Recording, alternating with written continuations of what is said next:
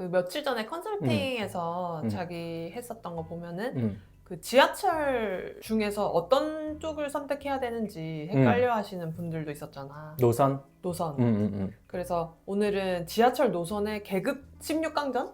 16강전? 맞아. 16강전. 지하철 월드컵? 그럼 나만의 개인적인 의견. 그치. 그치? 이게 뭐 정답이 아닐지언정 우리 의견. 우리의 의견. 부동산 투자 관점에서. 그래, 그냥 재밌게 가볍게 한번 해보자. 들어가기 전에 중요한 지하철이란 어떤 기준으로 판단해야 되는지 자기 생각은 어때? 사실 뭐 사람들이 역세권 얘기도 하고 강남 접근성 얘기도 하는데 지하철의 가장 중요한 이유가 나는 그 끝에 있는 연봉, 그러니까 소득이라고 생각하거든. 그러니까 지하철의 가치는 순수하게 집값에 뭔가 부양하는 효과, 그리고 부동산 자산 증식의 관점에서 봤을 때 얼마나 많은 사람들이 출퇴근을 하는 일자리가 거기 있느냐, 그게 첫 번째. 그리고 두 번째가 그 연봉이 얼마나 높느냐, 이게 가장 중요할 것 같고, 두 번째로 그 일자리가 많다고 해도 거기에 빨리 갈 수 없으면 의미가 없잖아. 빨리 가려면은 뭐 속도가 비슷하니까 결국에 정차하는 구간이 많지 않아야 되거든. 사람들은 우리 집 앞에 여기 많이 왔으면 좋겠지만 역설적으로 많이 만드는 순간 도착 시간은 점점 멀어지는 거야. 그래서 그 정차의 밀도, 여기 10km당 몇 개가 있는지 이런 것들 좀 보면 좋겠고, 적을수록 좋은 거지. 마지막으로 확실히 그 시간에 갈 수 있느냐. 근데 우리가 버스를 타기보다 지하철 타는 이유가 정확하게 내 출근 시간에 맞춰서 거기 갈 수 있기 때문이잖아.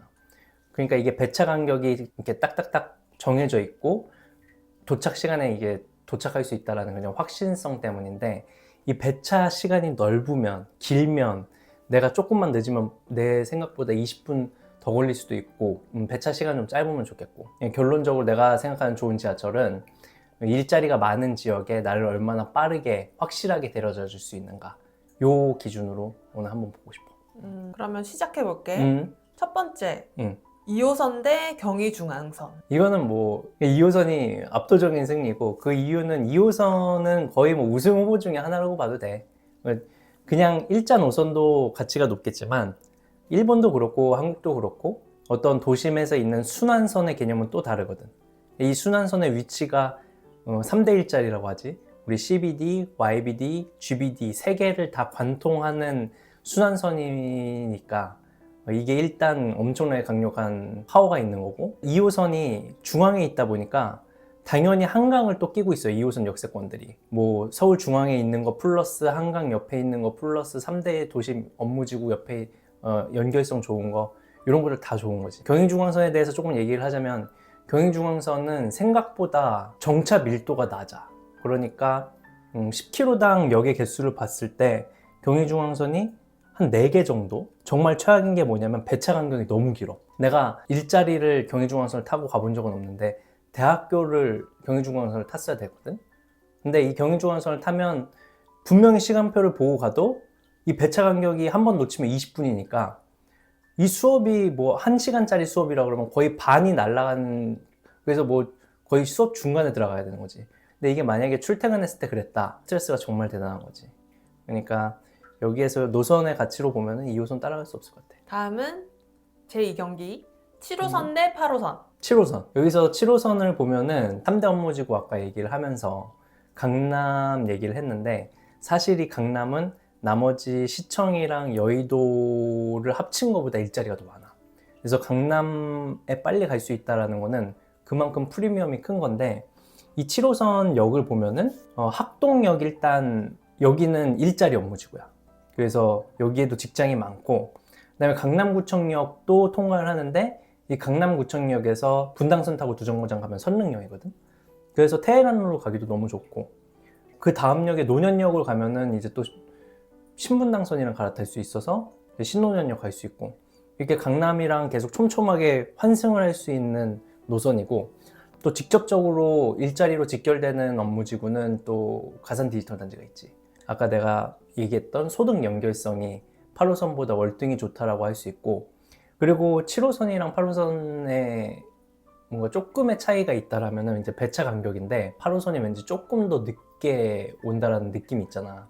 8호선이 평일에 이제 출퇴근 시간대는 4분, 그리고 이제 일반 출퇴근 시간이 아닐 때는 8분인데 7호선 같은 경우는 출퇴근 시간은 3분 간격으로 오고 일반 출퇴근이 아닐 때도 5분 간격으로 와. 이런 것들이 조금 두 노선의 가치를 가르는 그런 약간의 차이였다. 근데 8호선의 경우도 잠실에서 환승을 하면 2호선을 이용할 수 있잖아. 음. 그게 이제 잠실 자체도 업무지구가 되어 있고 2호선을 갈아타면 이제 강남을 관통할 수 있는 측면이 있고, 그리고 이제 문정에도 지식산업센터가 많으니까 일자리 노선이 아닐까라는 생각도 들거든. 맞아. 이제 8호선 자체가 내가 저번 영상에도 얘기했지만 그냥 2호선을 위한 지선에서 뭔가 일자리를 품은 메인 노선으로 방향성을 틀어서 좀 좋아지고 있다 이렇게 얘기를 했는데 이 7호선이랑 붙어서 그렇거든.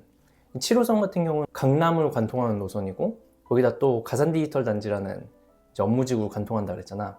근데 자기가 말한 이제 문정 법조타운이랑 잠실 같은 경우는 둘 다 지금 일자리가 늘어나고 있는 지역이긴 하지만 일자리의 수로 비교했을 때는 그래도 아직 이제 강남이랑 가산 디지털 단지가 더 많다고 볼 수 있지. 그래서 난 7호선에 조금 더 점수를 주고 싶어. 그 다음은 GTX-A 그리고 GTX-B의 싸움. GTX-A랑 GTX-B? 이건 난 고민 없이 GTX-A지. 이유는 뭐야? 지금 GTX-A가 지금 배차 간격은 15분이라서 되게 길거든? 근데 2028년에 삼성역 개통되고 전 구간이 개통되면 배차 간격이 5분 수준으로 줄게 해주겠다는 기사가 있어. 근데 이게 실현이 되면은 되게 좋을 거라고 생각을 하고, 만약에 배차 간격이 GTX-B도 그렇게 짧다고 하더라도 두 노선의 핵심적인 차이는 사실 강남을 통과하느냐 안 하느냐거든. 그리고 GTX-A 같은 경우에는 업무지구 2개를 통과를 해. 그 서울역도 가기 때문에 CBD, 그러니까 종로나 광화문으로 가기도 너무 편한 거고, 반면에 GTX-B 같은 경우는 송도도 일자리긴 하지만 그래도 강남에 비할 바는 아직 안 되는 거고, 3대 업무지구 중에 2개를 통과하느냐 하나를 통과하느냐 그 차이인 것 같지. 그러면 GTX-C도 자기가 이전 영상에서 곧 본 궤도에 오른다고 했잖아. C까지 붙이면 A랑 B랑 C랑 우선순위 같은 게 있을까? A랑 C랑 붙이면 이건 논란이 좀 많을 것 같은데, 1순위는 이제 강남이랑 서울역을 동시에 통과하는 A에 가장 큰 점수를 주고 싶고, 2순위는 난 B보다는 C야. 왜냐면 삼성역을 통과해야 이제 강남의 테헤란로 업무지구의 업무 수요를 이제 배후로 잡을 수 있는 거고, 근데 B도 사실 좋은 노선이긴 하지만 정말 조금의 차이로 B랑 C 둘 중에 선택을 하면 C를 택하겠어. 그 다음 경기는 신안산선 대 1호선. 일단은 신안산선.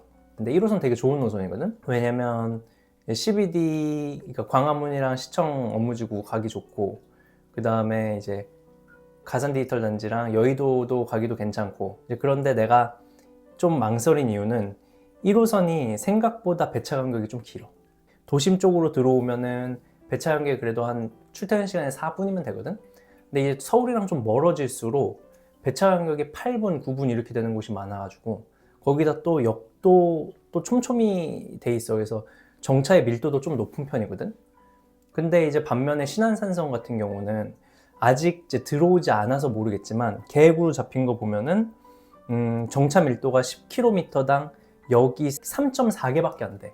그러면은 거의 1호선의 2배 수준으로 이제 빠르게 가는 거거든. 근데 이게 결국 어디랑 연결이 되냐면 여의도랑 연결이 돼. 여의도 같은 경우는 업무지구의 일자리 규모로 보면은 이제 광화문이나 강남에는 조금 못 미치는데, 그래도 이제 그 사람들의 소득이 높기 때문에 이 소득 연결성이 상당히 좋은 노선이고, 그래서 이렇게만 실현이 되면 진짜 거의 신분당선급으로 좋은 노선이겠다 이렇게 생각이 드는 거죠. 근데 이런 신안산선처럼 교통 호재가 있잖아. 어떤 시점에 들어가야 돼? 투자하기 좋은 타이밍? 이거는 이제 사람마다 안정성을 추구하느냐 아니면 수익을 추구하느냐로 다를 텐데, 내가 프로세스를 약간 좀, 우리 부동산 채널이니까 부동산 계약에 비교해서 좀 설명을 드릴게, 알기 쉽게. 우리 부동산 계약할 때 먼저 집 보고 마음에 들면 가계약금을 쏘잖아. 이 가계약금 쏘고 나서 계약금을 걸지. 계약을 걸면 취소가 되면 배액배상이지. 그리고 구속력이 생기는 거지. 그리고 중도금을 넣으면 그때부터는 법적으로 이 계약이 취소가 안 돼. 그래서 그냥 가는 거야. 그리고 이제 잔금을 치르면 내 집이 되는 거지. 여기에 딱 비교를 해서 지하철 개발 프로세스를 설명을 해드리면 지하철 개발했을 때 BC라 그래. 이거를 예비타당성 이제 조사라고 하는데, 이 예비타당성 조사가 통과가 됐다. 그러면 내가 이제 가계약금을 걸었다, 이렇게 생각을 하면 돼. 예비타당성이 어떤 의미냐면 진짜 이제 수익이 날 노선이냐, 운영할 수 있는 노선이냐를 평가하는 거거든. 여기에 평가가 이제 통과하지 않은 거는 그냥 그림이야.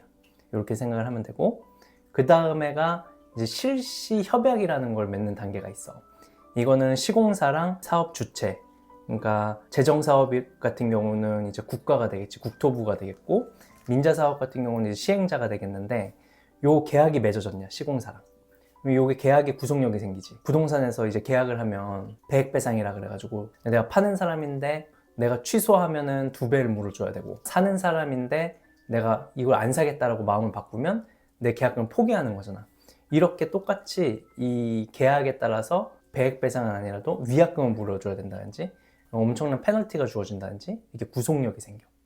그리고 이 실시 협약 이후에 실시 계획 승인, 이게 허가가 떨어지는 건데, 허가가 떨어지고 나면 사실상 이 사업은 무로 돌아가기는 좀 힘들다.